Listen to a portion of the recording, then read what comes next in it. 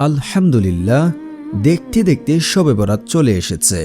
অনেকে জানতে চান শবে বরাতের রোজা কয়টি, কত রাকাত নামাজ পড়তে হয়, আর শবে বরাতের রাত্রে কি আমল করলে আল্লাহ রাব্বুল আলামিন ধন সম্পদ বৃদ্ধি করে দেন, টাকা পয়সা বাড়িয়ে দেন, অভাব অনটন দূর করেন, মনের আশা পূর্ণ করেন। জি আলহামদুলিল্লাহ, শবে বরাতের রাত্রে এমন অনেক সময় রয়েছে, এমন অনেক আমল রয়েছে, যে সময় যে আমল করলে আল্লাহ রাব্বুল আলামিন আমাদের মনের আশা পূর্ণ করবেন এবং অভাব অনটন দূর করবেন, ধন সম্পদ বৃদ্ধি করে দেবেন এবং আপনি যা চাইবেন আল্লাহ রাব্বুল আলামিন আপনাকে তা দেবে। শুধু তাই নয়, আপনাকে এত ধন সম্পদ দান করবেন, এত ধন সম্পদ দেবেন যা আপনি কখনো অন্যের কাছে চাইতে হবে না। তো প্রিয় দর্শক, এই সকল কিছু জানতে হলে আপনাকে সম্পূর্ণ ভিডিও দেখতে হবে। শবে বরাতের রোজা কয়টি, কয় রাকাত নামাজ পড়বেন, কি আমল করলে মনের আশা পূর্ণ হবে এবং আল্লাহ রাব্বুল আলামিন ধন সম্পদ বৃদ্ধি হবে। তো না টেনে সম্পূর্ণ ভিডিও দেখার অনুরোধ রইল। যারা এখনও চ্যানেলটি সাবস্ক্রাইব করেননি, প্লিজ সাবস্ক্রাইব করে দিয়ে পাশে থাকবেন। প্রিয় দর্শক ও শ্রোতা মণ্ডলী, আমরা আগে জানব যে শবে বরাতের রাত্রে আমরা কোন আমল করলে আল্লাহ রাব্বুল আলামিন আমাদের মনের আশা পূর্ণ করবেন এবং আমাদের ধন সম্পদ বৃদ্ধি করবেন, অভাব অনটন দূর করবেন। তারপর আমরা জানব কত রাকাত নামাজ পড়তে হবে এবং রোজা কয়টি রাখতে হবে। শবে বরাত রহমত ও মুক্তির এক মহামান্বিত রাত। এ রাতে মহান আল্লাহ রাব্বুল আলামিন রহমতের দুয়ার খুলে দেন, পাপীদের মাফ করে দেন। আল্লাহর সঙ্গে অংশীদারি স্থাপনকারী ও অন্তর্বিদ্বেষকারীর যারা আল্লাহ রাব্বুল আলামিন সকলকে ক্ষমা করে দেন। আলী ইবনে আলী তালেব রাদিয়াল্লাহু থেকে বর্ণিত, রাসূল সাল্লাল্লাহু আলাইহি ওয়াসাল্লাম বলেন, যখন অর্ধ শাবানের রাত আমাদের সামনে আসে, তখন তোমরা নামাজ আদায় করো এবং পরের দিন রোজা রাখো। আল্লাহ তাআলা এই রাতে সূর্যাস্তের পর প্রথম আসমানে অবতরণ করেন। এরপর তিনি বলে ডাকতে থাকেন, তোমাদের মাঝে কে আছে ক্ষমা প্রার্থনাকারী, আমি তাকে ক্ষমা করে দেব। তোমাদের মধ্যে কে আছে যে রিজিক অন্বেষণকারী, আমি তাকে রিজিক দান করব।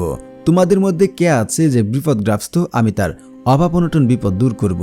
ফজর উদয় হওয়া পর্যন্ত এইভাবে তার আল্লাহ রাব্বুল আলামিন মানুষকে ডাকতে থাকেন। সুনান ইবনে মাজাহ হাদিস নাম্বার 1388। শবে বরাতের আরেকটি তাৎপর্য হলো এই রাতে সৃষ্টি জগতের ভাগ্য বন্টন করা হয়। নবী সাল্লাল্লাহু আলাইহি ওয়াসাল্লাম বলেন, এবছর যতজন সন্তান জন্মগ্রহণ করেন এবং যতজন মারা যাবে তা লিপিবদ্ধ করা হয়। এ রাতে মানুষের আমল পৌঁছানো হয় এবং এ রাতে তাদের রিজিকের অবতীর্ণ করা হয়। মিসকাত শরীফের হাদিস, হাদিস নাম্বার 1305 নম্বর হাদিস। তো আমরা এই আলোচনা থেকে জানতে পারি যে শবে বরাতে আল্লাহ রাব্বুল আলামিন মানুষকে ক্ষমা ঘোষণা করে থাকেন এবং মানুষের রিজিক বন্টন করে থাকেন। তো ওই রাত্রে আমরা যেগুলো আমল করলে আল্লাহ রাব্বুল আলামিন আমাদের মনের আশা পূর্ণ করবেন, তার মাঝে প্রথম হচ্ছে আপনাদেরকে 5 ওয়াক্ত নামাজ পড়তে হবে অবশ্যই। তারপর আপনারা কোরআন তেলাওয়াত করবেন, জিকির আজকার করবেন। জিকির করতে পারেন সুবহানাল্লাহ সুবহানাল্লাহ সুবহানাল্লাহ, তারপর পড়তে পারেন আলহামদুলিল্লাহ আলহামদুলিল্লাহ আলহামদুলিল্লাহ। এইভাবে আপনারা জিকির পড়বেন। তারপর যারা অভাবগ্রস্ত ঋণগ্রস্ত অবস্থায় রয়েছেন তারা কি পড়বেন? তারা অবশ্যই এই দোয়াটি এ রাত্রে বেশি বেশি পড়ার চেষ্টা করবেন। আল্লাহুম্মা কফিনি বিহালালিকা ওয়ান হারামিকা ওয়া আগনিনি বিফাদলিকা আম্মান সিওয়াক। আমি আবার পড়ছি, আল্লাহুম্মা কফিনি বিহালালিকা ওয়ান হারামিকা ওয়া আগনিনি বিফাদলিকা আম্মান সিওয়াক। এই দোয়াটি আপনারা বেশি বেশি পড়ার চেষ্টা করবেন। অবশ্যই আপনারা যদি এই রাত্রে একাধিক আমল করতে চান, আপনাদের আমলের ক্ষেত্রে কিছু শর্ত মানতে হবে। তা হচ্ছে, আত্মীয় সম্পর্ক চিহ্নিত করার কোনো দোয়া করবেন না এই রাতে। তারপর হচ্ছে, আপনারা পিতামাতার অবাধ্য সন্তানের দোয়াও সে রাতে কবুল করা হবে না এবং আপনাকে হালাল খাবার খেয়ে দোয়া করতে হবে, আমল করতে হবে। তারপর আপনারা বিশ্বাসের সাথে আমল করবেন যে আল্লাহ রাব্বুল আলামিন আমার মনের আশা পূর্ণ করবেন, আমি যা চাই তিনি আমাকে তা দেবেন। যদি এমন বিশ্বাস নিয়ে এমন ইখলাসের সাথে আমল করতে পারেন, আমি 100% গ্যারান্টি দিয়ে বলতে পারি আল্লাহ রাব্বুল আলামিন আপনার দোয়া কবুল করবেন। অবশ্যই দোয়ার আগে আপনারা দুরূদ শরীফ পড়ে নেবেন, কারণ দুরূদবিহীন দোয়া কখনোই কবুল করা হয় না। সেটা আসমানে গিয়ে ঝুলন্ত অবস্থায় থাকে, সে দোয়া কখনোই আল্লাহ রাব্বুল আলামিন কবুল করেন না। অবশ্যই আপনারা দুরূদ শরীফ পড়বেন। যারা দুরুদে ইব্রাহিম না পারেন তারা ছোট্ট দুরুদ পড়বেন, সাল্লাল্লাহু আলাইহি ওয়াসাল্লাম, সাল্লাল্লাহু আলাইহি ওয়াসাল্লাম, সাল্লাল্লাহু আলাইহি ওয়াসাল্লাম। তারপর আপনারা পড়বেন ইস্তিগফার, বেশি বেশি ইস্তিগফার পড়বেন সে রাতে। যে ব্যক্তি ইস্তিগফার পড়ে সেই ব্যক্তি যদি কঠিন থেকে কঠিনতর বিপদ আপদে পড়ে, আল্লাহ রব্বুল আলামিন নিজে তাকে বিপদ আপদ থেকে উদ্ধার হওয়ার জন্য পথ দেখিয়ে দেবেন।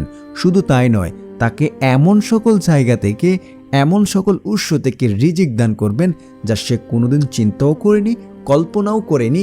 সে ভাবতেও পারবেন আল্লাহ রব্বুল আলামিন তাকে এমন সকল জায়গা থেকে রিজিক দিয়েছে। তাকে এত ধন সম্পদ দেবে, এত ধন সম্পদ দেবে যা সে অন্য কারো কাছে চাইতে হবে না, এবং সে আল্লাহ তাআলার কাছে যা চাবে তা পাবে। অবশ্যই আপনারা ইস্তিগফার পড়বেন, আস্তাগফিরুল্লাহ, আস্তাগফিরুল্লাহ, আস্তাগফিরুল্লাহ, আস্তাগফিরুল্লাহ। যত পারেন ইস্তিগফার পড়বেন। তারপর আপনারা আল্লাহ রব্বুল আলামিনের এই সিফতি নামগুলি আপনারা এই রাত্রে বেশি বেশি পড়ার চেষ্টা করবেন। যারা মনের আশা পূর্ণ করাতে চান, ধন দৌলত বৃদ্ধি করতে চান, টাকা পয়সা বৃদ্ধি করতে চান, আল্লাহ রব্বুল আলামিন তো ওই রাতে এসে ডাকতে তাকে কার কি লাগবে, তখন আপনারা এই সিফতি নামগুলো পড়বেন, ইয়া আল্লাহ, ইয়া আল্লাহ, ইয়া আল্লাহ। তারপর আপনারা পড়বেন ইয়া মুজিবু, ইয়া মুজিবু, ইয়া মুজিবু, ইয়া মুজিবু। আপনারা এই নামগুলি 100 বার করে পড়বেন। তারপর আপনারা আল্লাহ রাব্বুল আলামিনের কাছে দোয়া করবেন, ইনশাআল্লাহ মনের আশা পূর্ণ হবে। তারপর এখন প্রশ্ন হচ্ছে, আমরা শবে বরাতের কয়টি রোজা রাখব? আমরা একটা হাদিস যদি আমরা দেখতে পাই যে রাসূল সাল্লাল্লাহু আলাইহি ওয়াসাল্লাম বলেন, যখন শাবানের মধ্য দিবস আসে তখন তোমরা রাতে নফল ইবাদত করো ও দিনে রোজা পালন করো। সুনান ইবনে মাজাহ। এছাড়াও প্রতি মাসে 13, 14 ও 15 তারিখে আইএমএ বীজের নফল রোজা তো রয়েছে, যা আদি পিতা হযরত আদম আলাইহিস সালাম পালন করেছিলেন, এবং আমাদের প্রিয় নবী হযরত মুহাম্মদ সাল্লাল্লাহু আলাইহি ওয়াসাল্লামও পালন করতেন, যা মূলত সুন্নত। সুতরাং রোজা 3টি বা রাখলেও শবে বরাতের রোজার অন্তর্ভুক্ত হয়ে যাবে। মানে আইএমএ বীজের যে 3টি রোজা 13, 14, 15 যদি আপনারা রাখেন তা শবে বরাতের রোজার অন্তর্ভুক্ত হয়ে যাবে। সর্বোপরি রাসূল সাল্লাল্লাহু আলাইহি ওয়াসাল্লাম রমজান মাসের পর রজব ও শাবান মাসে বেশি বেশি নফল ইবাদত তথা নফল নামাজ ও রোজা পালন করতেন। শাবান মাসে কখনো 10টি নফল রোজা, কখনো 20টি রোজা রাখতেন, কখনো আরও বেশি রাখতেন। রজব ও শাবান মাসের নফল রোজার রমজান মাসের প্রস্তুতি হিসাবে গ্রহণ করতেন। হযরত আলী রাদিয়াল্লাহু আনহু থেকে বর্ণিত, রাসূল সাল্লাল্লাহু আলাইহি ওয়াসাল্লাম বলেন, 15 শাবানের রাত 14 তারিখ দিবাগত রাত যখন আসে তোমরা ইবাদত বন্দেগীতে কাটাও এবং পরের দিন রোজা রাখো। ইবনে মাজাহ, হাদিস নাম্বার 1384। তো আমরা এই হাদিসগুলো থেকে বুঝতে পারি আমরা একটি রোজা না রেখে 13, 14, 15 আমরা 3টি রোজা রাখবো। 3টি রোজা আইএমএ 20-এর যে রোজাটি রয়েছে সেটাও রাখা হল, এবং শবে বরাতের যে রোজাগুলো তাও অন্তর্ভুক্ত হয়ে যাবে ইনশাআল্লাহ। এখন কথা হচ্ছে যে আমরা কত রাকাত নামাজ পড়ব। আমরা 3টি রোজা রাখবো এবং কত রাকাত নামাজ পড়ব। আমরা তো অবশ্যই, যেহেতু সামনে রমজান মাস আসছে, আমরা 5 ওয়াক্ত নামাজ পড়ার চেষ্টা করব। শুধু সে রাতে নয়, আমরা প্রতিদিন 5 ওয়াক্ত নামাজ পড়ার চেষ্টা করব। আমরা ওই রাত্রে আমরা নফল ইবাদত করব, জিকির আজকার, যেহেতু আমি ভিডিওর আগে বলেছি আমলগুলোর কথা। আমরা নামাজ আপনার যতটুকু প্রয়োজন আপনি 4 রাকাত পড়তে পারেন, তো সবচেয়ে ভালো যে 2 রাকাত করে 4 রাকাতের পর একটু জিকির আজকার, একটু ইস্তেগফার পড়বেন। হ্যাঁ, 4 রাকাত করে আপনারা 2 রাকাত করে 4 রাকাতের মাঝখানে বসে বসে আপনার এভাবে কেউ 12 রাকাত পড়তে পারেন, 20 রাকাত পড়তে পারেন। আপনার যতটুকু প্রয়োজন আপনি অতটুকু নামাজ পড়বেন। তারপর আবার পুনরায় আপনার সকালের যে ফজরের নামাজ, সেই নামাজটি আপনারা পড়বেন। ইনশাআল্লাহ আশা করি বুঝতে পেরেছেন যে কত রাকাত নামাজ পড়বেন এবং কয়টি রোজা রাখবেন, একটি না 3টি। 3টি রাখা উত্তম, আপনার 3টি রোজা রাখবেন ইনশাআল্লাহ।